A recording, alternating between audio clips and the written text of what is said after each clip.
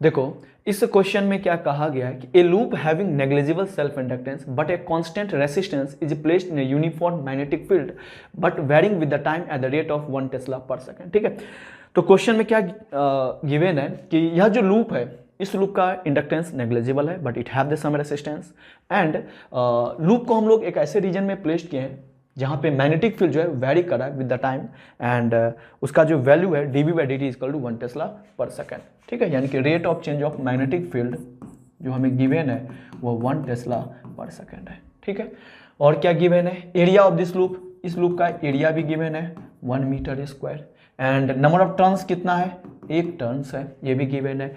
If at some time t the current in the loop is 1 ampere. ठीक है, और हमें यह भी गिवन है कि इस लूप में जो करंट फ्लो रहा है 1 ampere at any time t but we have target to find rate of change of current would be. ठीक है, तो एक्चुअली होगा क्या, यहां देखो कि इस लूप को हम लोग जहां भी प्लेस्ड किए हैं उस रीजन का मैग्नेटिक फील्ड समय के साथ चेंज हो रहा है, तो इस लूप का जो फ्लक्स है या इस लूप के थ्रू जो फ्लक्स है वह समय के साथ चेंज हो रहा है। तो according to the Faraday law when magnetic flux of any conducting loop change with the time then EMF will be induced, तो इस लूप में ईएमएफ इंड्यूस्ड होगा but this loop have the some resistance, तो इसमें current का भी flow होगा। ठीक है, जब आप करंट निकाल लोगे उसी को हमें डिफरेंशिएट करके निकालेंगे rate of change of current. ठीक है, वही हमें निकालना भी है। तो हम लोग जानते हैं कि फ्लक्स जो यहाँ हो जाएगा बी फील्ड इंटू एरिया। ठीक है, कोई दिक्कत नहीं, flux is equal to B field into area.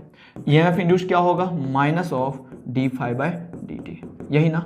अब देखो जब फाई का वैल्यू यहाँ पुट करोगे तो एरिया तो कांस्टेंट है इस लूप का, तो वो डिफरेंशिएशन से बाहर आ जाएगा, minus A d B by D T. ठीक है, देखो यह निगेटिव साइन तो हमें केवल इंड्यूस्ड ईएमएफ का डायरेक्शन पता करने के लिए यूज होता है। यदि हम लोग मैग्नीट्यूड की सीध बात करें तो E इज इक्वल टू क्या लिखोगे, A into D B by D T.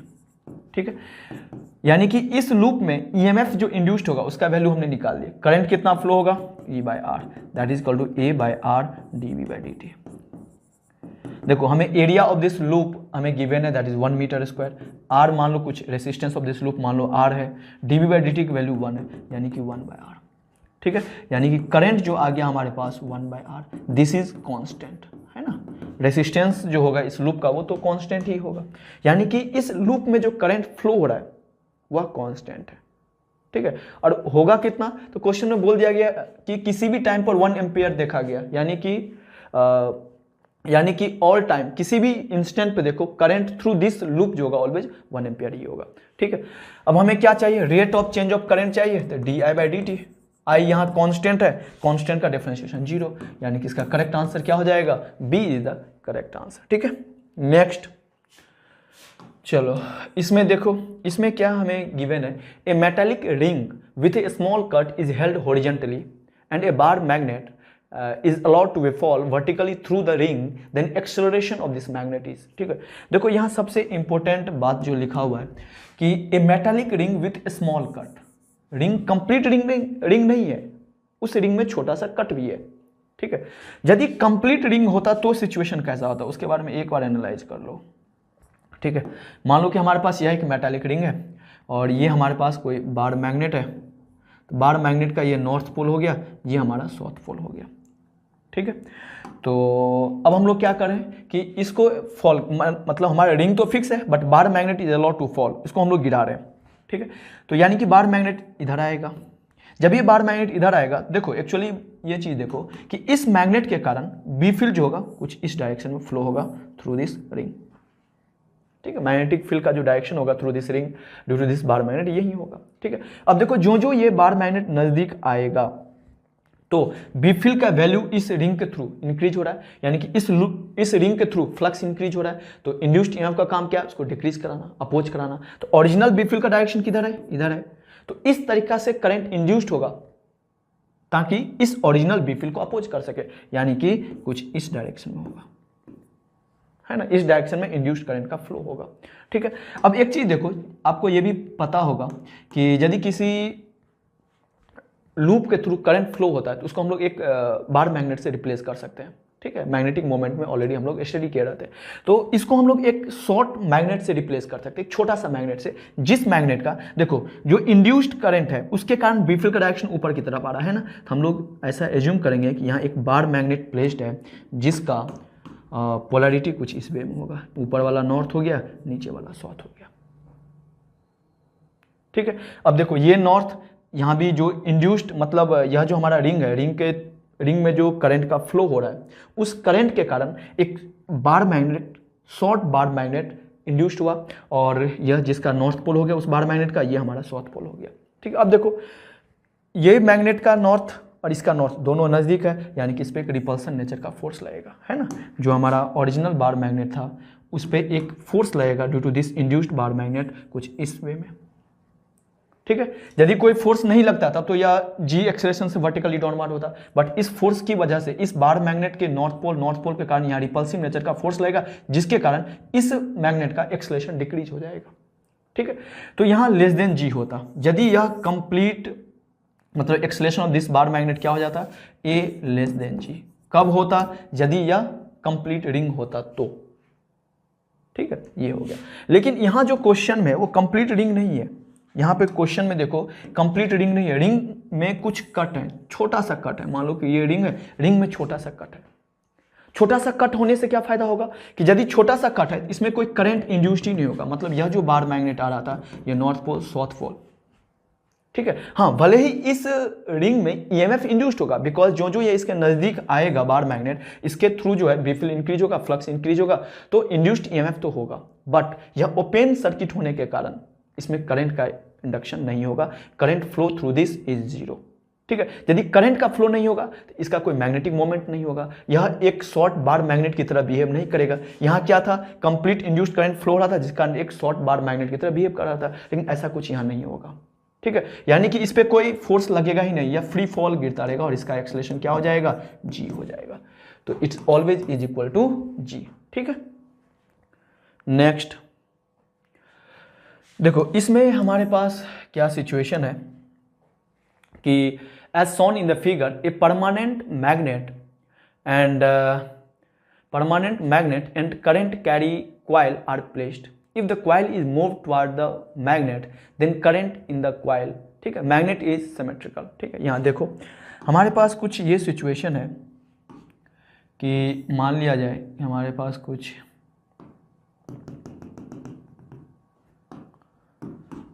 ये एक बार मैग्नेट है।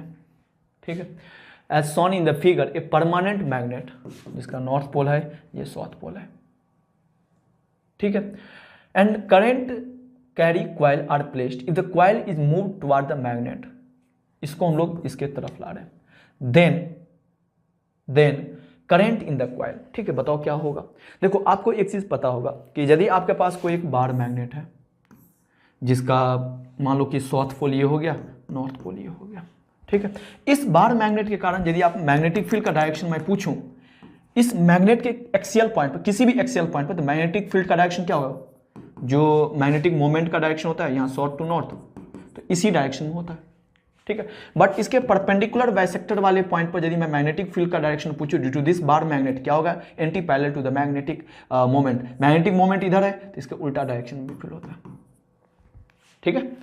तो देखो अब हमें क्या निकालना है कि इस बार मैग्नेट के कारण इस जगह का बी फील्ड, हाँ यह जो पॉइंट है इस बार मैग्नेट के लिए परपेंडिकुलर बाइसेक्टर वाला पॉइंट है, यह जो बार मैग्नेट इसका मैग्नेटिक मोमेंट इधर है, तो इसके कारण बी फील्ड कुछ इधर होगा। ठीक है। बी फील्ड इधर हो गया, ये हमारे पास हो गया। एंड अब देखो, ठीक है, अब देखो यह जो रिंग है, रिंग का जो एरिया वेक्टर होगा वो क्या होगा, रिंग जिस प्लेन में है उसके परपेंडिकुलर कुछ इधर हो गया एरिया, दोनों के बीच में एंगल क्या है 90 डिग्री। तो फ्लक्स थ्रू दिस रिंग कितना हो गया, B vector dot A vector that is equal to zero, because angle 90 degree आ गया, तो फ्लक्स जीरो। यानी कि आप रिंग को आप इसके नजदीक लाओ या इसे दूर ले जाओ, इस रिंग का फ्लक्स ऑलवेज जीरो है। ठीक है। फ्लक्स में कोई चेंज ही नहीं हो रहा है, तो कोई ईएमएफ इंड्यूस नहीं होगा, कोई करंट का फ्लो कुछ नहीं होगा। ठीक है। Then current in the coil remain the same. यदि इनिशियली करंट मान लो आई फ्लो हो रहा था तो किसी भी टाइम पे आई ही फ्लो होगा। क्यों, क्योंकि इस लूप का जो फ्लक्स है वो ऑलवेज जीरो होगा, फ्लक्स चेंज नहीं हो रहा है, तो कोई ईएमएफ इंड्यूस नहीं होगा, कोई करंट का भी फ्लो नहीं होगा। ठीक है। मतलब इंडक्शन के कारण कोई मतलब इंड्यूस्ड करंट का फ्लो नहीं होगा। ठीक है। तो जो ओरिजिनल करंट है उसी के बराबर रहेगा, तो ऑलवेज रिमेन द सेम होगा। ठीक है। इसके सी आंसर करेक्ट हो गया। चलो नेक्स्ट देखो हमारे पास इसमें क्या सीन है, a uniform magnetic field exist in a region and given by, हमारे पास एक रीजन है जहाँ पे मैग्नेटिक फील्ड एग्जिस्ट कर रहा है और उसका जो वैल्यू है 3i cap 4j cap plus 5k cap, यही ना। A rod of length L is placed along the y axis, ठीक है। मान लो कि हमारे पास एक रॉड है, ठीक है, और लेंथ इसका कितना है L है, और L इज इक्वल टू हमें गिवन है कितना है L का value, L is equal to 5 metre, but it is placed along the y axis, ठीक है, and is moved along the x axis, और यह जो है कुछ इधर x एक्सिस की तरफ मूव कर रहा है, ठीक है। इसका जो वेलोसिटी है एंड 2 मीटर पर सेकेंड है। हमें ये निकालना है induced EMF in the rod, ठीक है। अब एक चीज़ आप देखो कि हम लोग ऑलरेडी स्टडी किए थे पिछले लेक्चर में, थ्योरी वाले लेक्चर में, कि EMF इंड्यूस्ड जो होता है मोशनल EMF के कारण वो क्या होता है, integrate of B vector dot DL vector cross B vector, यही ना। यदि ठीक है, यदि B field and velocity constant हो तो ये सिंपल फॉर्मूला हो जाता है B vector dot of L vector cross B vector, ठीक है। इफ, ठीक है, हमने क्या देखे थे कि इफ तीनों में से कोई भी दो पैरेलल हो गया, B फील्ड L और V तीनों में से यदि कोई भी दो पैरेलल हो गया तो EMF इंड्यूस्ड क्या हो जाता था, 0। यदि तीनों ही म्यूचुअली परपेंडिकुलर हो BLV तो EMF इंड्यूस्ड क्या होता था, BLV। क्या होता था बताओ, ये हमारा होता था BLV, ठीक है। तीनों में से कोई भी दो पैरेलल, EMF इंड्यूस्ड 0, तीनों ही म्यूचुअल परपेंडिकुलर तो EMF induced simple multiplication of BVL, ठीक है। अब यहां पे देखो कि L तो यही है, V यही है। अब सोचो यदि कोई सोचता है कि B फील्ड 3i कैप होगा, क्या B फील्ड के ये वाले कंपोनेंट के कारण कोई फोर्स इस पे एक्ट होगा, नहीं होगा। क्यों, क्योंकि यह वाला जो कंपोनेंट है वो x एक्सिस के पैरेलल है और वेलोसिटी भी x एक्सिस के पैरेलल है, तो इस B फील्ड के कारण इस पे कोई फोर्स नहीं लगेगा, बिकॉज इस केस में B फील्ड और वेलोसिटी पैरेलल हो गया, तो इस तीन में से कोई भी दो पैरेलल हो जाएगा तो EMF इंड्यूस्ड 0 होता है, ठीक है। तो इसके कारण कोई EMF इंड्यूस्ड नहीं होगा। इस कंपोनेंट के कारण होगा क्या, नहीं होगा। क्यों, क्योंकि ये y एक्सिस के लॉन्ग है, लेंथ भी y एक्सिस के लॉन्ग है, तो लेंथ और मैग्नेटिक फील्ड का ये वाला कंपोनेंट पैरेलल है, तो इसके कारण भी EMF इंड्यूस्ड नहीं होगा। लेकिन जो 5k कैप है वह क्या होगा, यदि मैग्नेटिक फील्ड का ये वाला कंपोनेंट जो है k कैप की तरफ है, z एक्सिस की तरफ है, तो इस केस में मैग्नेटिक फील्ड इधर हो गया, वेलोसिटी इधर हो गया, लेंथ इधर हो गया, तो तीनों क्या है, म्यूचुअल परपेंडिकुलर है, तो इस केस में EMF इंड्यूस्ड क्या हो जाएगा, BLV। कौन सा B लेना है, वैसा मतलब B का वह कंपोनेंट जो L एंड V के परपेंडिकुलर हो, ठीक है। तो 5 हो गया, लेंथ 5 है, सॉरी लेंथ 5 है, इंटू V कितना है, वेलोसिटी 2 है, तो ये कितना आ जाएगा 50 वोल्ट। तो आंसर इसके कितना हो गए, D answer is the correct answer, ठीक है। चलो इसमें देखो इस क्वेश्चन में क्या कहा गया है कि a thin semi circular conducting ring of radius r is falling with its plane vertical in horizontal magnetic induction B, ठीक है। एज सिचुएशन दिख ही रहा है कि यह वर्टिकल प्लेन में गिर रहा है और मैग्नेटिक फील्ड जो है वो इनटू द बोर्ड है, ठीक है। And at the position MNQ the speed of the ring is v, ठीक है। इस पोजीशन पे इसका जो स्पीड है वो हमारा v है, ठीक है। Then potential difference developed across the ring, काफी इजी क्वेश्चन है। देखो हमारे पास मान लो कोई एक सेमी सर्कुलर रिंग है, ठीक है, और ठीक है इसका रेडियस है r हो गया, ये हो गया m, ये n, ये q हो गया, और इसको हम लोग एक कांस्टेंट मैग्नेटिक फील्ड B है जो इनटू द बोर्ड है, उसमें इसको वर्टिकली डाउनवर्ड डायरेक्शन में वेलोसिटी के साथ इसको फॉल करा रहे हैं, ठीक है। हमें निकालना है कि इस रिंग के दोनों एंड के बीच में, यह जो सेमी सर्कुलर रिंग है इसके एंड के बीच में कितना EMF इंड्यूस्ड होगा। देखो ये मोशनल EMF का केस है और इसमें हमें L इफेक्टिव निकालना होता था। L इफेक्टिव क्या होता है कि किसी वायर का जो दो एंड होता है, दोनों एंड के मिलाने वाले लाइन का लेंथ, तो ये कितना हो जाएगा, डायमीटर के बराबर 2r। वेलोसिटी किधर है, वर्टिकली डाउनवर्ड है ना, ठीक है। Magnetic field into the board, तो देखो यहाँ L इफेक्टिव, V और B तीनों ही क्या है, म्यूचुअली परपेंडिकुलर, तो EMF इंड्यूस्ड जो हो जाएगा B into L effective into B, यही ना। B फील्ड का वैल्यू एक्चुअली हमें B के टर्म में ही आंसर चाहिए। L इफेक्टिव क्या हो गया, 2r, वेलोसिटी B, ठीक है। मैग्नीट्यूड तो ये हो गया EMF इंड्यूस्ड का। पोलैरिटी निकालो, देखो हम लोग फ्लेमिंग राइट हैंड रूल को यूज़ करते हैं। तो फ्लेमिंग राइट हैंड रूल में हम लोग क्या करते हैं, राइट हैंड निकालते हैं, उसमें जो मिडिल वाला फिंगर है, फोर्थ फिंगर है एंड थंब हो गया, तीनों को हम लोग म्यूचुअली परपेंडिकुलर रखते हैं। ठीक है, अब देखो ये हमें इंड्यूस्ड ईएमएफ का डायरेक्शन देता है, इसको बी फील्ड की तरफ करना, इसको वेलोसिटी की तरफ। ठीक है, तो B field into the board है, वेलोसिटी नीचे की तरफ है, तो देखो किधर आ गया, ये वाला फिंगर हमें इंड्यूस्ड ईएमएफ दे रहा है, तो इंड्यूस्ड ईएमएफ का जो डायरेक्शन है वो कुछ इस डायरेक्शन में आया था, मतलब ये निगेटिव ये पॉजिटिव। ठीक है, तो इस दोनों में ये क्या होगा, हायर पोटेंशियल पे होगा एंड एम जो होगा लोअर पोटेंशियल पे, यानी कि डी आंसर जो है वो करेक्ट है। ठीक है, देखो इस क्वेश्चन में क्या कहा गया है कि the straight infinite long wire carries a constant current I to the right and the conducting circular loop in the same plane is being pulled upward by the external force. ठीक है, यहाँ पे देखो कि हमारे पास क्या है कि एक infinitely long current carry wire है। ठीक है, जिसमें मान लो करंट आई का फ्लो हो रहा है और यहाँ पे हमारे पास एक सर्कुलर लूप है जिसको हम लोग ऊपर की तरफ खींच रहे हैं, जिसको हम लोग क्या करें, ऊपर की तरफ खींच रहे हैं कुछ वेलोसिटी से। ठीक है, वेलोसिटी नहीं बट जस्ट सोचो कि इसको ऊपर की तरफ खींच रहे हैं। ठीक है, अब एक्चुअली होगा क्या कि अब देखो यह जो हमारे पास करंट कैरी वायर है इसके कारण यहाँ पे मैग्नेटिक फील्ड होगा, मैग्नेटिक फील्ड का डायरेक्शन क्या होगा, तो ठीक है ये यहाँ पे होगा मैग्नेटिक फील्ड का डायरेक्शन।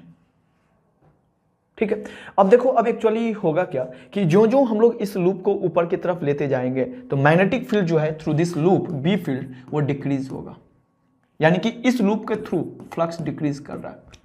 ठीक है, तो अब according to the Faraday law when magnetic flux of any conduct loop change with the time then EMF will induce, circuit complete है, करंट का फ्लो होगा।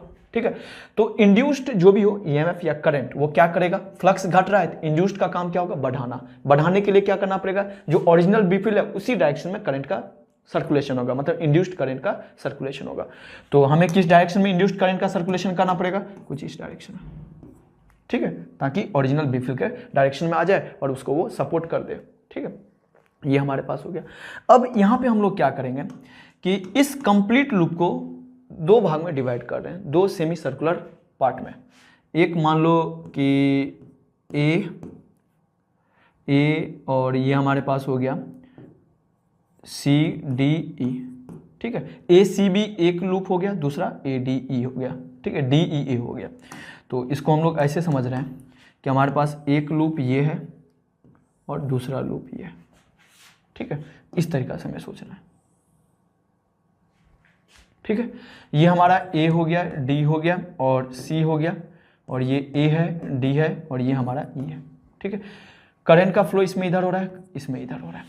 ठीक है, अब एक चीज हम लोग जानते हैं कि whenever current carry wire placed in the magnetic field then वह वायर क्या करता है, फोर्स एक्सपीरियंस करता है। तो यह करंट कैरी लूप जो है मैग्नेटिक फील्ड में प्लेस्ड है तो उस पर फोर्स लगेगा। हाँ, उस फोर्स का वैल्यू आपको याद होगा, तो क्या होता है I into L effective vector cross of B vector. ठीक है, एल इफेक्टिव क्या होता है, एल इफेक्टिव क्या होता है बताओ। एल इफेक्टिव हमारे पास होता है जो भी वायर है, जो भी वायर है, वायर का जो भी दो एंड होता है, दोनों एंड के मिलाने वाले लाइन का लेंथ। ठीक है, तो ए डी सी के लिए एल इफेक्टिव तो ये हो गया। ठीक है, डायरेक्शन क्या होगा, ये होगा।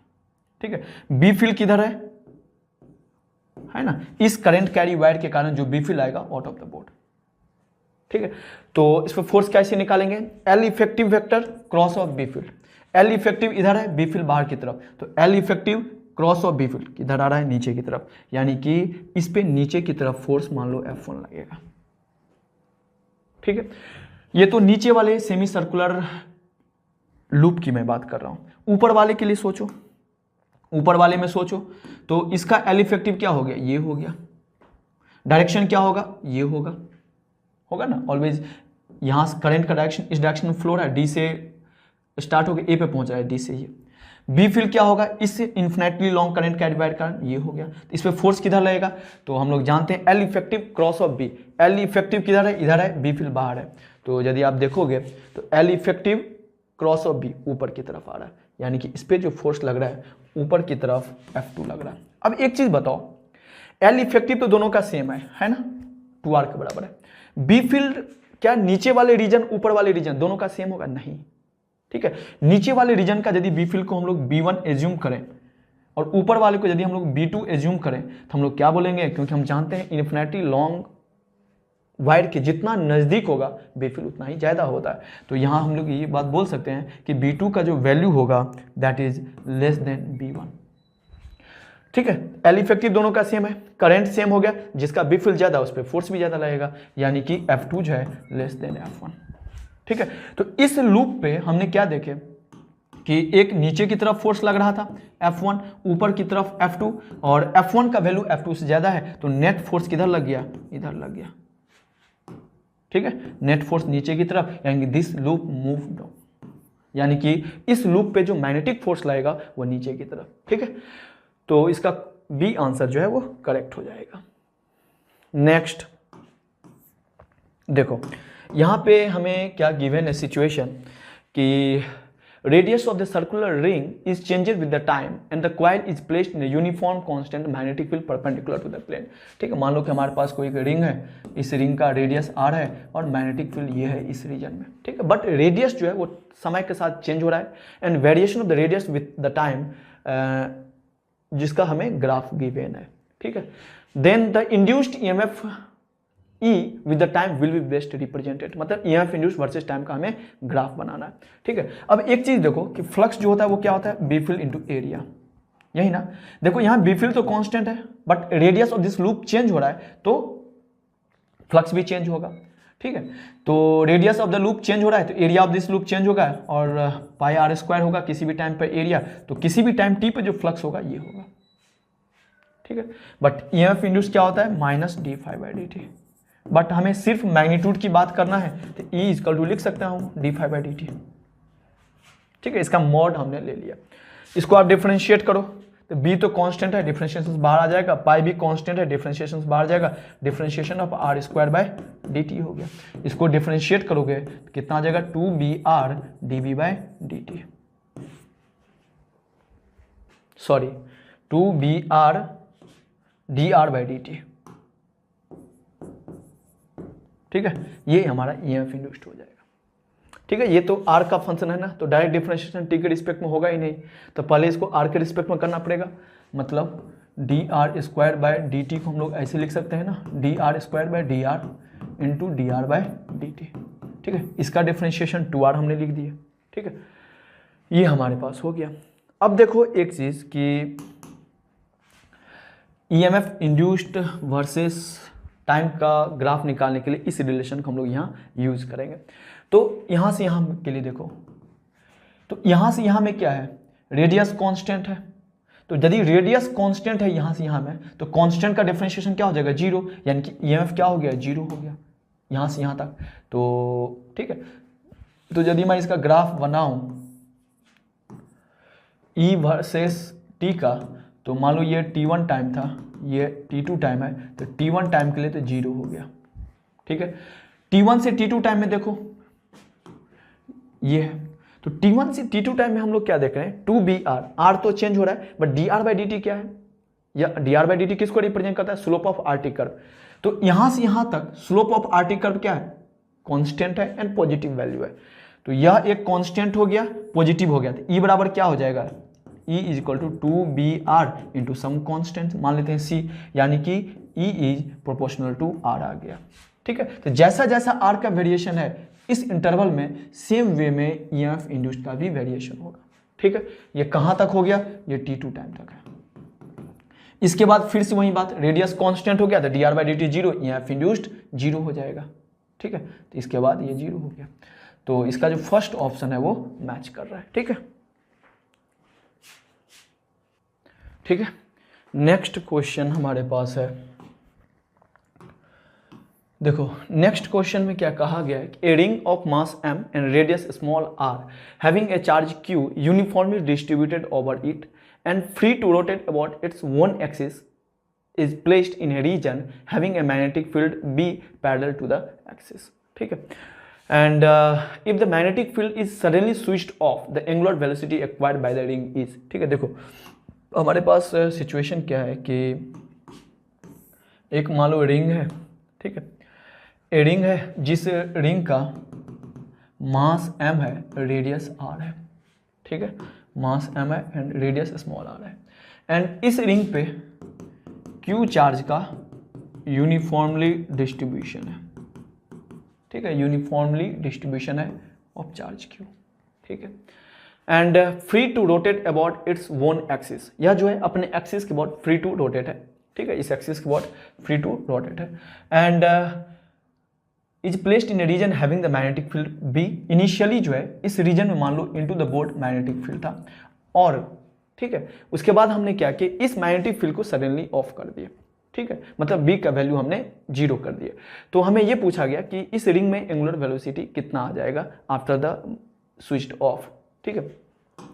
देखो एक्चुअली यहां पे होगा क्या कि इनिशियली इस मैग्नेटिक फील्ड में ये था, ठीक है, जब ये आप इस मैग्नेटिक फील्ड को स्विच्ड ऑफ करोगे या बी फील्ड को 0 करोगे, या हम ये भी बोल सकते हैं कि इस रीजन में मैग्नेटिक फील्ड हम लोग समय के साथ चेंज कर रहे हैं, इनिशियली मैग्नेटिक फील्ड था, कुछ समय के बाद मैग्नेटिक फील्ड 0 हो गया, मतलब मैग्नेटिक फील्ड जो है वो टाइम के साथ चेंज हो रहा है इस रिंग के लिए, ठीक है। और एक बात हम लोग जानते हैं कि यदि किसी रीजन में मैग्नेटिक फील्ड समय के साथ चेंज होता है तो non conservative electric field induced करता है, ठीक है, यानी कि इस रीजन में हमारे पास क्या था, इनिशियली मैग्नेटिक फील्ड था, फिर बाद में हमने मैग्नेटिक फील्ड 0 कर दिया, यानी कि इस रीजन में मैग्नेटिक फील्ड जो है समय के साथ चेंज हो रहा है। तो हमने पिछले लेक्चर में ही देखे थे कि whenever the magnetic field vary with the time in the region the non conservative electric field will induced in the region, ठीक है। हाँ, ये भी हम देखे थे कि जो हमारे पास नॉन कंजर्वेटिव इलेक्ट्रिक फील्ड आएंगे उसका डायरेक्शन कैसे फाइंड करेंगे, तो हमने ये देखे थे कि डायरेक्शन तो ऑलवेज टेंजेंशियल ही होगा, ठीक है। और यहाँ एक इक्वेशन आता था, integrate of E vector dot D L vector is equal to minus of d phi B d T, ठीक है, मतलब इलेक्ट्रिक फील्ड को इस तरीका से हम लोग चूज करते थे, इस तरीका से हम लोग क्लोज लूप बनाते थे ताकि वो चेंज इन फ्लक्स को अपोज कर सके। तो यहाँ क्या हो रहा है, बी फील्ड अभी था, कुछ समय के बाद 0 हो गया, मतलब बी फील्ड जो है डिक्रीज कर रहा है, या यूं कहूं कि इस लूप का जो फ्लक्स है वो डिक्रीज कर रहा है, मतलब यहाँ पे जो इंड्यूस्ड इलेक्ट्रिक फील्ड होगा उसका काम क्या होगा, बी फील्ड या फ्लक्स को सपोर्ट करना, इंक्रीज करना। तो किस डायरेक्शन में होना चाहिए इलेक्ट्रिक फील्ड का सर्कुलेशन, यहाँ पे ये होगा, हर जगह टेंजेंशियल डायरेक्शन होगा और इस टाइप से होगा ताकि वो चेंज इन फ्लक्स को सपोर्ट कर सके, यही होगा। देखो इलेक्ट्रिक फील्ड का सर्कुलेशन क्या कर रहा है, ओरिजिनल बी फील्ड के डायरेक्शन में, यानी कि यूं कहूं कि फ्लक्स को सपोर्ट कर रहा है, ठीक है।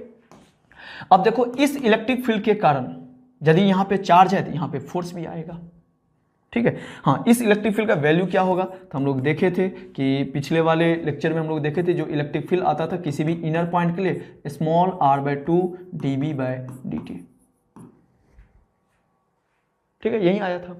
हाँ, ये किसके लिए था,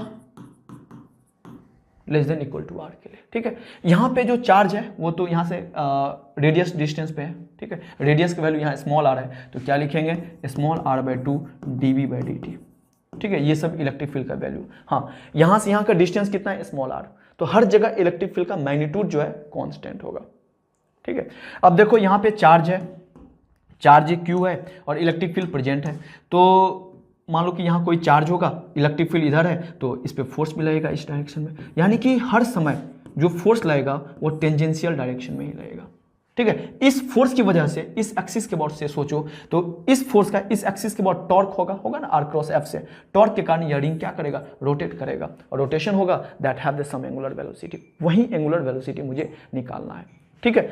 अब यहाँ पे सोचो कि, ठीक है, यहाँ पे यदि हम लोग सोचे कोई छोटा सा एलिमेंट पॉइंट चार्ज ले लेते हैं dq का, ठीक है, हमने क्या किया, इस रिंग के ऊपर एक छोटा सा पॉइंट चार्ज ले रहे हैं, ठीक है, ये मान लेते हैं dq चार्ज है, छोटा सा पॉइंट चार्ज है। इस dq पे फोर्स कितना लगेगा, मान लेते हैं dF, क्या होगा, dq इंटू इलेक्ट्रिक फील्ड, यही ना। इस फोर्स का टॉर्क कितना होगा, छोटा सा एलिमेंट का टॉर्क होगा, तो फोर्स यहाँ से यहाँ डिस्टेंस स्मॉल r है, तो स्मॉल r इंटू एफ हो जाएगा, तो क्या लिख देंगे, small r e into dq, ठीक है। देखो हर छोटे से छोटे एलिमेंट पे इसका कोई भी पॉइंट चार्ज ले लो, उस पर जो फोर्स होगा वो ऑलवेज क्या लगेगा, टेंजेंशियल डायरेक्शन में, और इसके अबाउट टॉर्क देखोगे वो सभी के कारण, हर छोटे छोटे एलिमेंट के कारण जो टॉर्क आएगा वो सेम ही डायरेक्शन में आ रहा है, यानी कि नेट टॉर्क कितना एक्ट होगा, तो हर छोटे से छोटे एलिमेंट के कारण जो टॉर्क आ रहा है उसको ऐड अप कर देंगे या यू को उसको इंटीग्रेट कर देंगे, ठीक है। तो नेट टॉर्क जो आ गया, देखो आर तो कांस्टेंट है, this is radius, electric field हर जगह पर कांस्टेंट है, इंटीग्रेशन से बाहर आ गया तो R E integrate of D Q. D Q का इंटीग्रेशन क्या होगा, टोटल चार्ज क्यू आ जाएगा, तो R E into total charge Q. ठीक है, यानी कि इस रिंग पे जो टॉर्क एक्ट हो रहा है that is equal to r E q. ठीक है, अब हम लोग जानते हैं कि जैसे हम लोग जानते हैं कि tau D T is equal to क्या होता है हमारे पास, चेंज इन एंगुलर मोमेंटम। ठीक है, तो टॉ एक्चुअली है क्या, इसको लिख लें, आर ई, इलेक्ट्रिक फील्ड का वैल्यू कितना है, small r by 2 D B by D T.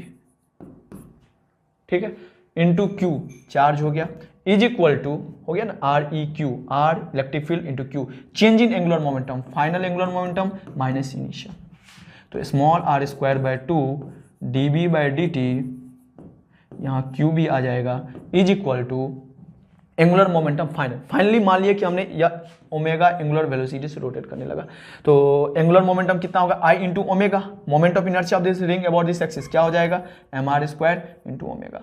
ठीक है, इनिशियली तो ओमेगा 0 था, तो एंगुलर मोमेंटम 0। ठीक है, तो हमारे पास क्या आ गया, हाँ यहाँ रेडियस स्मॉल आर है, इसीलिए हम लोग स्मॉल आर ही लिखेंगे, एम आर स्क्वायर। अब देखो यहाँ पे कट हो रहा है, ये आर स्क्वायर, ये आर स्क्वायर है ना, तो यदि आप ओमेगा लिखोगे, हाँ एक चीज़ हमने यहाँ पे मिस्टेक की है, मिस्टेक ये किए हैं कि टॉ डी टी होता है, तो यहाँ पे एक डी टी भी होगा। ठीक है, तो इसको आप करेक्ट कर लो, यहाँ पे क्या होगा, एक डी टी भी होगा, तो ये डी टी कैंसिल हो जाएगा। ठीक है, या यू लिखूँ, यहाँ पे यदि मैं लिख दूँ तो हमारे पास कितना आ गया, ये small are square by 2 D B, यही ना, small are square by 2 D B into q is equal to this.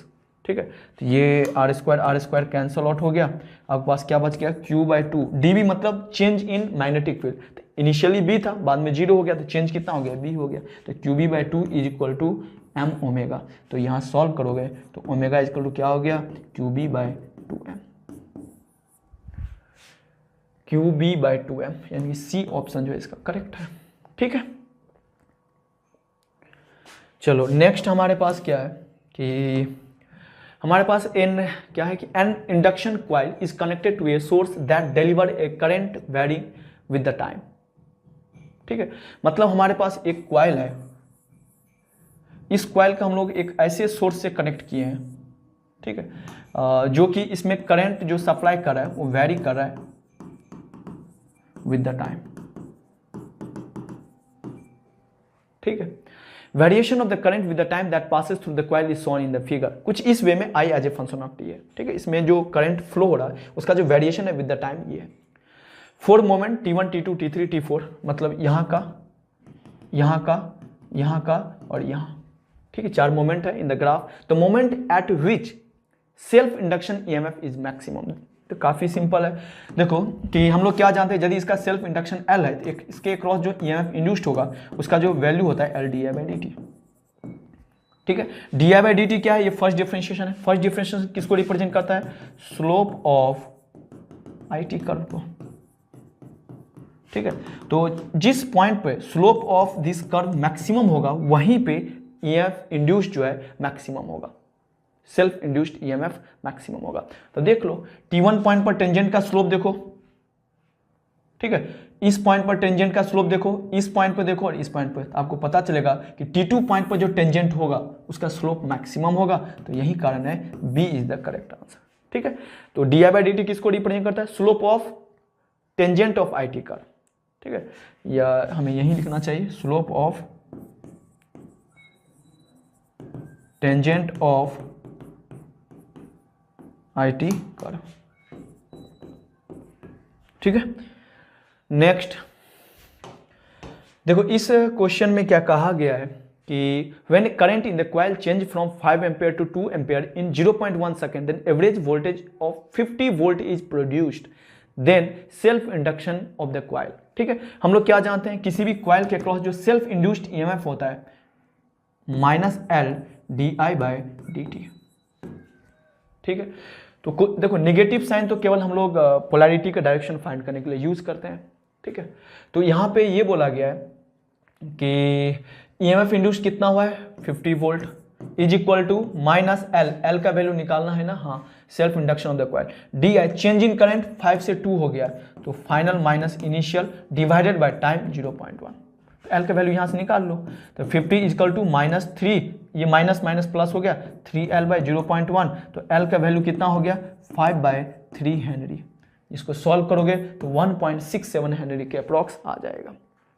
ठीक है, चलो नेक्स्ट हमारे पास क्या है कि a constant consider a LR circuit shown in the figure, it was found that current through the inductor becomes constant after long time.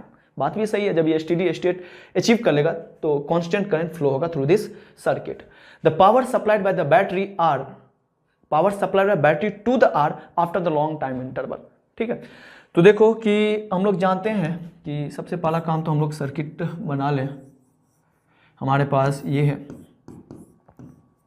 और ये जो हमारे पास गिवन सिचुएशन है, इसमें एक बैटरी है जिसका इंटरनल रेसिस्टेंस भी है और ये 10 वोल्ट का है, ये 1 ओम का है, ये L बराबर 1 मिली हेनरी है एंड यह जो रेसिस्टेंस है ये 9 ओम का है। देखो अकॉर्डिंग टू द क्वेश्चन क्या गिवन है कि क्वेश्चन में क्या गिवन है कि we have target to find power supply by battery to this resistance after the long time. After the long time मतलब क्या हुआ कि हमें स्टेडी स्टेट के मतलब स्टेडी स्टेट के सिचुएशन के बारे में पूछा जा रहा है कि जब यह सर्किट स्टेडी स्टेट अचीव कर लेगा उस इंस्टेंट पे power supply by battery to this external resistance.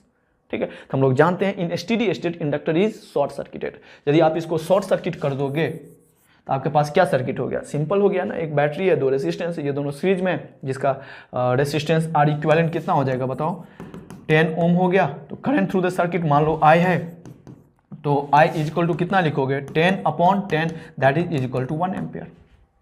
ठीक है, यानी कि आफ्टर द लॉन्ग टाइम और इन स्टेडी स्टेट करंट जो फ्लो होगा through this circuit that is the 1 ampere and we have target to calculate the power supply by this battery to this resistance. हम लोग जानते हैं कि यह resistance का जो पावर कंजम्पशन का फॉर्मूला होता है वो कितना होता है, P बराबर I² × R। जो भी यह पावर कंज्यूम करेगा वो कहाँ से आएगा, बैटरी ही ने तो दिया होगा, और कौन देगा इसको बताओ, तो 1 का स्क्वायर इंटू R, R क्या है 9, दैट इज इक्वल टू 9 वाट आ गया। तो इसका जो ए ऑप्शन है वो करेक्ट है। ठीक है, नेक्स्ट देखो इस क्वेश्चन में क्या कहा गया है कि in a LR circuit the stored energy in inductor coil is 5 joule, the rate of heat generated is 10 watt at a charge flow rate of 1 coulomb per second। ठीक है, the time constant of this circuit। ठीक है, देखो हमारे पास जो question है कि in a LR circuit हमारे पास एक इंडक्टर है और रेसिस्टेंस है। ठीक है, the store energy in the inductor coil. ठीक है, मान लो कि किसी भी टाइम पर करंट I फ्लो हो रहा होगा तो स्टोर एनर्जी क्या होगा, हाफ LI², यही होता है ना, that is equal to 5 joule and rate of heat generated. देखो हीट जो भी जनरेट होगा वो इसके across, rate of heat generated मतलब क्या होगा, power consumption by this resistance, तो कितना हो गया I²R। इसका जो वैल्यू है वो हमें गिवन है 10। ठीक है, तो हमसे क्या पूछा जा रहा है, 10 watt at a charge flow 1 coulomb per second. ठीक है, इसका मतलब है कि करंट का जो फ्लो हो रहा है I बराबर क्या होता है dQ/dt, rate of charge flow, यही तो करंट कहलाता है। तो करंट कितना हो रहा है 1 कूलम्ब पर सेकेंड, 1 सेकेंड में 1 कूलम्ब, यानी कि 1 एम्पियर का करंट फ्लो हो रहा है। अब देखो कि यदि करंट 1 एम्पियर का फ्लो होगा तो इक्वेशन 1 एज्यूम कर लो, इसको इक्वेशन 2 एज्यूम करो, तो from equation 1 if current is 1 ampere then L का वैल्यू कितना हो गया 10 हेनरी। ठीक है, यदि करंट 1 तो R का भी वैल्यू 10 ओम हो गया। हमें क्या निकालना है, time constant of this circuit, tau equal to क्या होता है बताओ L/R, तो 10/10 that is equal to 1 second. तो इसका जो करेक्ट आंसर होगा B answer is the correct answer. देखो इस क्वेश्चन में क्या कहा गया है,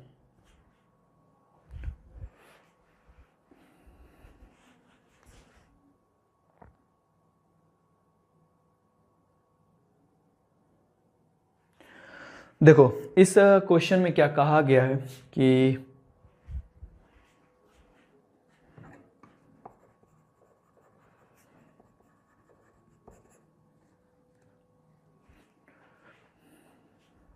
ठीक है, नेक्स्ट क्वेश्चन हमारे पास है, देखो यहाँ पे हमें क्या करना है कि two coil carrying current in opposite direction are placed coaxially with centre at the some finite distance, finite separation. If they are brought closer to each other then the current flowing in them should be. ठीक है, देखो यहाँ पे जो हमारे पास situation है उसके बारे में थोड़ा मैं सोचूं तो हमारे पास क्या है कि एक मान लो कि यह एक्सिस है, दो हमारे पास कॉइल है, एक ये दूसरा ये, ठीक है, दो कॉइल है and they are placed at some separation. And हम लोग क्या कर रहे हैं कि मान लो कि हाँ क्वेश्चन में ये भी गिवन है कि दोनों कॉइल में जो करंट फ्लो होता है वो अपोजिट डायरेक्शन, मान लो इसमें इधर I1 हो रहा था, इसमें इधर I2, ठीक है, इसको 1 कॉइल इसको 2 कॉइल मान लेते हैं। ठीक है, अब हम लोग क्या करें, इस कॉइल को इधर ला रहे हैं, इसके नज़दीक ला रहे हैं। तो अब एक चीज़ देखो कि यहाँ पे म्यूचुअल इंडक्शन का कॉन्सेप्ट हमें यूज करना है कि जब भी हम इस कॉइल को इसके नज़दीक लाएंगे तो इस कॉइल के थ्रू जो फ्लक्स ∅1 होगा वो क्या होगा, विद द टाइम इंक्रीज करेगा, है ना। जो जो ये कॉइल नज़दीक आएगा सेकेंड वाला, तो इस कॉइल के थ्रू जो है, इस कॉइल के कारण I2 कारण जो बी फील्ड होगा वो इंक्रीज होगा इस डायरेक्शन में।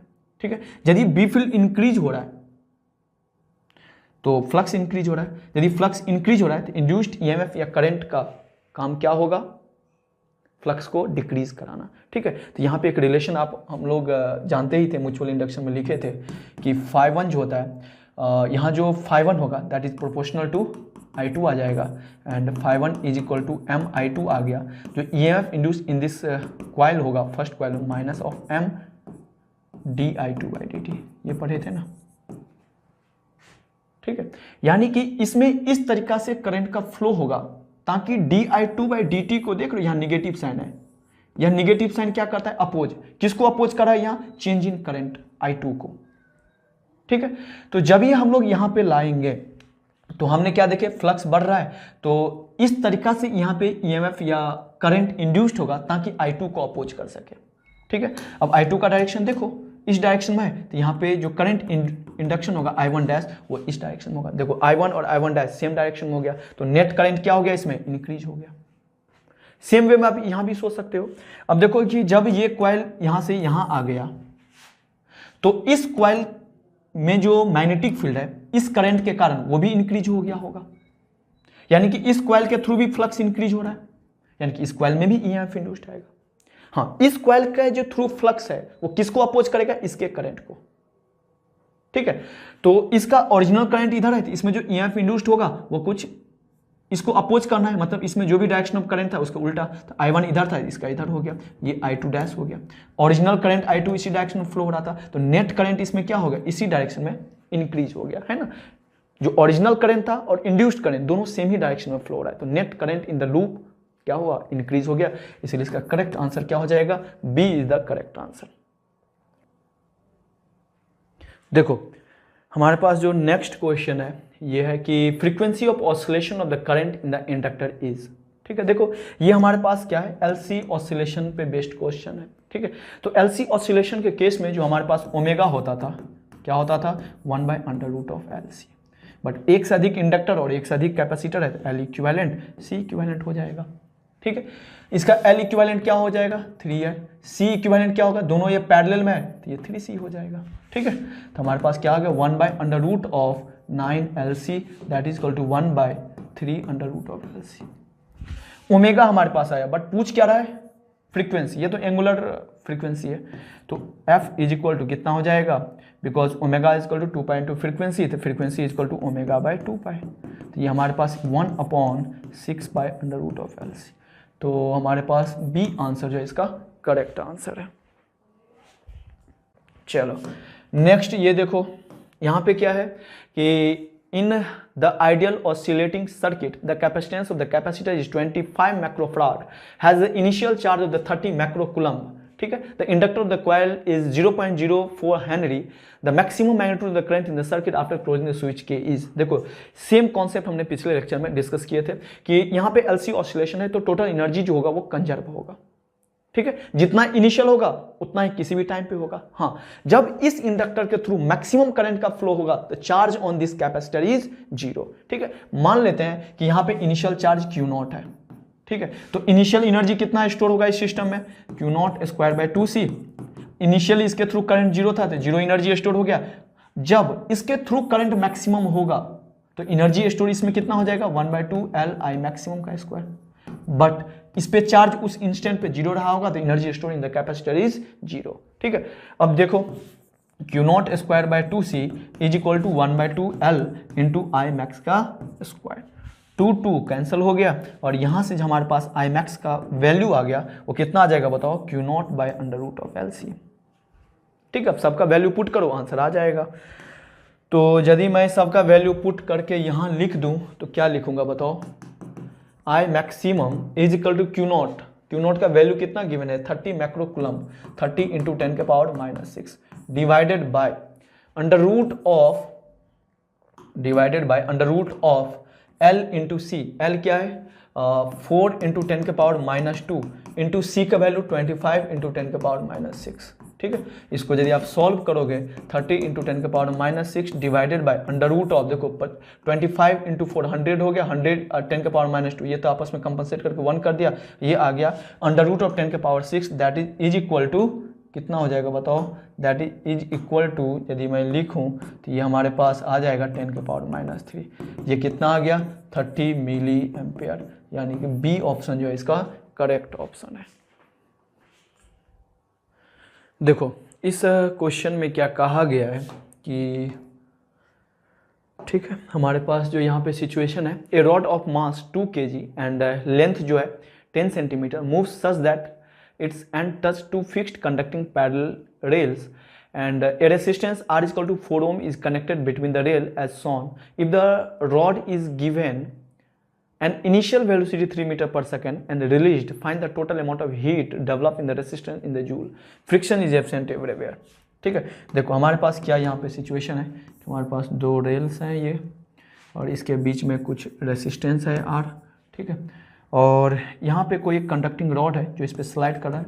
इनिशियल स्पीड जो है इसका 3 मीटर पर सेकेंड है। ठीक है, एंड आर का जो वैल्यू है ये भी गिवन है 4 ओम है। हाँ, इसका मास भी हमें गिवन है 2 kg का है एंड इसका जो लेंथ है L ये भी हमें गिवन है 0.1 मीटर है। ठीक है, तो हमसे ये पूछा जा रहा है कि टोटल हीट कितना इसमें डेवलप होगा अक्रॉस द रेसिस्टेंस। ठीक है, एक्चुअली देखो यहाँ पे होगा क्या, हाँ यहाँ पे मैग्नेटिक फील्ड भी प्रेजेंट है। जब ये रॉड इससे मतलब रॉड जब ये इधर जाएगा राइट साइड में तो इस लूप का एरिया बढ़ेगा, या यूँ कहूँ कि इस लूप के थ्रू फ्लक्स बढ़ रहा है तो EMF इंड्यूस्ड होगा, तो करंट का भी, बिकॉज लूप कंप्लीट है तो करंट का भी फ्लो होगा। हाँ, यहाँ पे फ्लक्स समय के साथ बढ़ रहा है तो इंड्यूस्ड करंट का काम क्या होगा, फ्लक्स को अपोज करेगा, तो इंड्यूस्ड करंट का काम होगा फ्लक्स को डिक्रीज कराना। ठीक है, बिकॉज यहाँ फ्लक्स इंक्रीज कर रहा है तो इंड्यूस्ड का काम है डिक्रीज कराना। डिक्रीज कैसे करेगा, तो करंट इस तरीके से इसमें फ्लो होगा ताकि ओरिजिनल बी फील्ड को उल्टा आ जाए, तो ओरिजिनल बी फील्ड इनटू है तो ये कुछ इस टाइम में करंट का फ्लो होगा। ठीक है, ये इंड्यूस्ड करंट हो गया। अब देखो रॉड को इनिशियल वेलोसिटी देकर छोड़ दिया गया तो इंड्यूस्ड करंट इस वे में फ्लो हुआ। एक बात हम लोग जानते हैं कि कोई भी करंट कैरी वायर को यदि आप मैग्नेटिक फील्ड में प्लेस करोगे तो वह फोर्स एक्सपीरियंस करेगा। तो यह जो करंट कैरी रॉड है या मैग्नेटिक फील्ड में प्लेस्ड है जिसमें फोर्स लगेगा, फोर्स का वैल्यू क्या होगा, आई इंटू कितना होगा बताओ, L vector cross of B vector. Length ये हो गया and I into L vector cross B vector, तो I क्रॉस B यानी कि इस पर मैग्नेटिक फोर्स इधर लगेगा। ठीक है, हमने क्या किया, रॉड को वेलोसिटी देकर छोड़ दिए तो मैग्नेटिक फोर्स इधर लगा।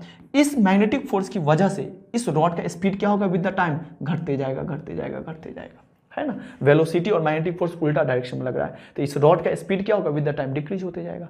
घटते एक ऐसा इंस्टेंट आएगा जब इसका स्पीड क्या हो जाएगा, 0 हो जाएगा। इस रॉड का जो स्पीड है वो 0 हो जाएगा।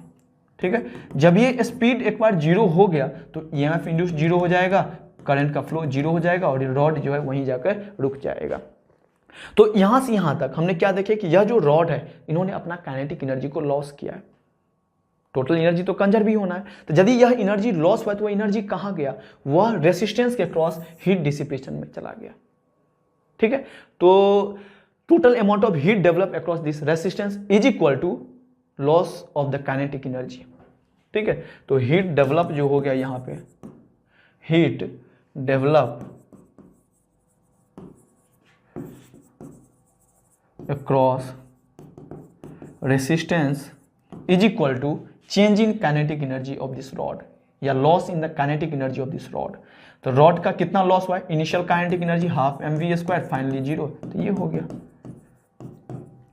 तो 1/2 मास हमारा कितना है 2 kg इंटू v² 9 हो गया, तो ये 9 जूल आ गया। ठीक है, तो इसका करेक्ट आंसर क्या होगा, 9 is the correct answer. Next देखो, इसमें क्या कहा गया है कि a uniform but time very magnetic field B is equal to C minus KT where K and C are the positive constant and T is in T जो हमारा time है जो कि सेकंड में रिप्रेजेंट किया गया। ठीक है, तो B बराबर क्या है C माइनस KT, यही ना, uniform but time very magnetic field, या B जो है हमारा मैग्नेटिक फील्ड को रिप्रेजेंट करता है। ठीक है, is applied perpendicular to the plane of the circular loop of radius A। एक सर्कुलर लूप है जिसका रेडियस A है, इसके इनटू द बोल्ट मान लो मैग्नेटिक फील्ड है। ठीक है, हाँ, इसका रेसिस्टेंस जो है R है। Find the total charge that will pass through any point of this loop by the time B becomes 0। ठीक है, देखो ऑलरेडी हमने पिछले लेक्चर में स्टडी किए थे कि जो चार्ज का फ्लो होता है that is equal to change in flux का मैग्नीट्यूड डिवाइडेड बाय रेसिस्टेंस। ठीक है, हमें चेंज इन फ्लक्स निकालना है। T इज इक्वल टू 0 पे B फील्ड कितना होगा, T इज इक्वल टू 0 पे यहाँ पुट कर दो, B is equal to C और C का वैल्यू कितना है 2 है, तो 2 आ गया। ठीक है, तो इनिशियल फ्लक्स कितना हो गया, T इज इक्वल टू 0 पे B फील्ड इंटू एरिया, तो B फील्ड तो 2 है, T इज इक्वल टू 0 पे है ना, इंटू एरिया, एरिया क्या होगा पाई A स्क्वायर, A का वैल्यू गिवन है 2, तो 2 का स्क्वायर। ठीक है, तो आपके पास कितना आ गया, ये 4 × 8 पाई। फाइनली क्या बोला गया, B बिकम्स 0, यानी कि फाइनल सिचुएशन में आप देखोगे तो फ्लक्स कितना आ जाएगा, फाइनल 0 आ जाएगा, है ना, B फील्ड 0 तो फ्लक्स भी 0। तो चार्ज का फ्लो कितना होता है, चेंज इन फ्लक्स का मैग्नीट्यूड डिवाइड बाय रेसिस्टेंस। 8 पाई से 0 हुआ तो 8 पाई बाय रेसिस्टेंस कितना है पाई ओम, तो 8 आ गया, तो इसका जो 8 आ गया वो करेक्ट आंसर होगा। ठीक है, नेक्स्ट देखो नेक्स्ट क्वेश्चन में क्या कहा गया है कि a conducting disc of radius 1 metre is rolling without slipping with the constant angular velocity omega 2 radian per second on a horizontal conducting surface as shown. Calculate the potential of the top most point of the disc at this moment. ठीक है, देखो हम लोग क्या जानते हैं कि यदि कोई बॉडी किसी एक्सिस के बाद प्योर रोटेशन में हो तो EMF इंड्यूस क्या होता है 1/2 B ओमेगा, ठीक है, R final square minus R initial square. ठीक है, हमने पिछले लेक्चर में देखे थे। तो देखो यहाँ पे जो हमारे पास डिस्क है, हमारे पास जो यहाँ पे डिस्क है वह डिस्क क्या है बताओ, प्योर रोलिंग में ऑन दिस कंडक्टिंग सरफेस, है ना। तो हम लोग बोल सकते हैं कि पूरे यह जो डिस्क है वो इस पॉइंट के बाद, बिकॉज हम जानते हैं पॉइंट ऑफ कांटेक्ट जो होता है वो इंस्टेंटेनियस एक्सिस ऑफ रोटेशन होता है, मतलब इस एक्सिस के बाद पूरे डिस्क क्या होता है प्योर रोटेशन होता है with the same angular velocity omega. ठीक है, अब हमें क्या चाहिए कि हमें क्या चाहिए, इस पॉइंट जो टॉप मोस्ट पॉइंट है और इसके बीच में पोटेंशियल का डिफरेंस चाहिए, और बोला गया कि ये ग्राउंड है, मतलब यहाँ का पोटेंशियल तो 0 ही हो गया। ठीक है, मतलब यहाँ का पोटेंशियल हमें चाहिए, तो हम लोग क्या लिखेंगे, EMF इंड्यूस का फॉर्मूला 1/2 B ओमेगा इनटू, देखो जिस पॉइंट पे मुझे निकालना होता था उस पॉइंट का एक्सिस ऑफ रोटेशन से डिस्टेंस, इसका यहाँ से यहाँ का डिस्टेंस कितना हो गया, यहाँ से यहाँ का डिस्टेंस 2R, तो 2R का स्क्वायर माइनस ये पॉइंट 0 का स्क्वायर। ठीक है, तो 1/2 B omega 4R square, 2B omega R square, 2 into B हमारे पास कितना है, मैग्नेटिक फील्ड 2 टेस्ला है ना, omega 2 radian per second, R का वैल्यू 1 मीटर, तो 1 का स्क्वायर कितना हो गया, ये 8 आ गया, 8 वोल्ट। यानी कि इस पॉइंट और इस पॉइंट के बीच में जो पोटेंशियल डिफरेंस है वो 8 वोल्ट के बराबर है। यदि यह पॉइंट 0 वोल्ट पे है तो ये कितना होगा, 8 वोल्ट पे होगा। तो इसका करेक्ट आंसर क्या हो जाएगा, 8 इज द करेक्ट आंसर। देखो नेक्स्ट क्वेश्चन हमारे पास है, ठीक है, यदि हम लोग देखें यहाँ से नेक्स्ट क्वेश्चन, तो हमारे पास क्या है, consider a long solenoid of radius capital R which has n turns per unit length. ठीक है, हमारे पास एक लॉन्ग सोलेनॉइड है, ठीक है, जिसका रेडियस क्या है, कैपिटल आर है, and number of turns per unit length क्या है, स्मॉल एन है। A time dependent current I is equal to I naught sine omega T flow in this solenoid. मान लो कि इसमें जो करंट आई फ्लो हो रहा है, this is equal to I naught sine of omega T. ठीक है, magnitude of the electric field at the perpendicular distance small R that is less than capital R from the axis of the symmetry of the solenoid is found to be this. Then where alpha is a pure number, mu naught is the permeability of the free space, then find the value of alpha. देखो actually क्या होगा कि यदि हम लोग देखें तो इस सोलेनॉइड के अंदर किसी भी पॉइंट पर बी फील्ड क्या होता है बताओ, म्यू नॉट एन आई। ठीक है, यदि current time to time change हो रहा है तो मैग्नेटिक फील्ड भी टाइम टू टाइम चेंज हो रहा है, यानी कि सोलेनॉइड के अंदर जो रीजन है वहां पे मैग्नेटिक फील्ड जो है वेरी कर रहा है विद द टाइम। और हम लोग जानते हैं कि यदि किसी रीजन में मैग्नेटिक फील्ड समय के साथ चेंज होता है तो non conservative electric field will be induced inside the region and outside the region. And जो इक्वेशन गवर्न करता है उसको भी हमने पिछले लेक्चर में देखे थे, वो क्या होता था कि integrate of E vector dot D L vector minus of D phi B by D T. ठीक है, तो अब सोचो कि हमें करना क्या है कि यहां से स्मॉल आर डिस्टेंस पे मान लो कोई एक पॉइंट है, इस जगह पे हमें इलेक्ट्रिक फील्ड का वैल्यू निकालना है। ठीक है, तो इंटीग्रेट ऑफ, देखो स्मॉल आर डिस्टेंस, मान लो कि यह एक्सिस है, एक्सिस से स्मॉल आर डिस्टेंस इधर जाओ इधर जाओ इधर जाओ इधर जाओ, हर जगह चल जाओ तो एक लूप बन जाएगा, है ना, एक क्लोज सर्कल बनेगा। तो इस क्लोज सर्कल के सरकमफ्रेंस पे हर जगह पे इलेक्ट्रिक फील्ड सेम होगा, बिकॉज एक्सिस से इक्वल डिस्टेंस पे सिमेट्री सिचुएशन होगा, तो जितना यहाँ पे इलेक्ट्रिक फील्ड होगा यहाँ से स्मॉल आर डिस्टेंस पे उतना ही यहाँ पे उतना ही यहाँ पे। ठीक है, तो इलेक्ट्रिक फील्ड कांस्टेंट हो जाएगा, इंटीग्रेशन से बाहर आ जाएगा। इंटीग्रेट ऑफ डीएल क्या होगा, total length of this circumference 2 pi R is equal to, देखो नेगेटिव साइन केवल डायरेक्शन के लिए होता है, हमें यहाँ मैग्नीट्यूड चाहिए। ठीक है, तो इसका यूज नहीं करेंगे, डी बाई डी टी। हाँ, फ्लक्स कितना होगा, B field into area, B field B हो गया, एरिया क्या हो गया, पाई आर स्क्वायर।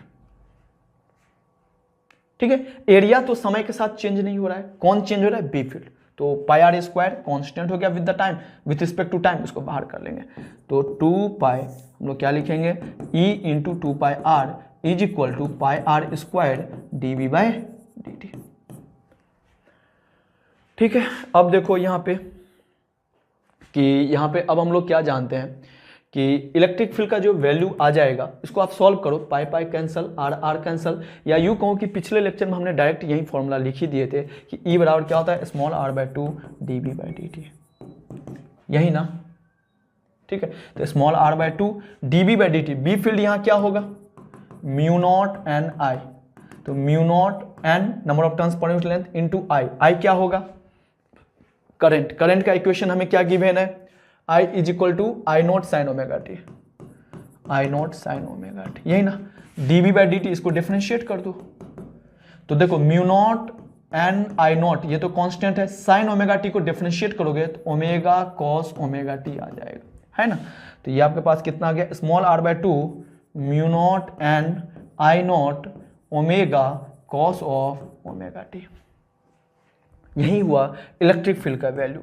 देखो ये बहुत ही इजी क्वेश्चन था, हमने इतना तक ऑलरेडी पिछले लेक्चर में देखे थे कि किसी भी इनर वाले रीजन के किसी भी इनर वाले पॉइंट पे इलेक्ट्रिक फील्ड का फॉर्मूला ये होता है, बी फील्ड का हम लोग जानते ही हैं, सोलेनॉइड के अंदर उसको डिफरेंशिएट करना था। ठीक है, अब इसको कंपेयर कर लो, तो हमें क्या करना है यहाँ पे कि डिनोमिनेटर में 4 लाना है कंपेयर करने के लिए, तो हम लोग इसी इक्वेशन को 2 से ऊपर नीचे मल्टीप्लाई कर देते हैं, ये क्या हो गया 2r by 4 mu naught N I naught omega cos of omega T. ठीक है, कंपेयर करोगे तो आपको क्या पता चलेगा, अल्फा का जो वैल्यू है वो 2 आ रहा है।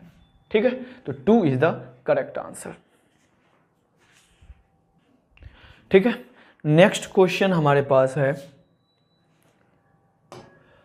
देखो इस क्वेश्चन में क्या कहा गया है कि इन the figure show magnetic field B is a constant and uniform in the direction perpendicular to the plane of the paper. Velocity of the conducting wire yz, यह एक वायर है जो v वेलोसिटी से मूव कर रहा है in this magnetic field.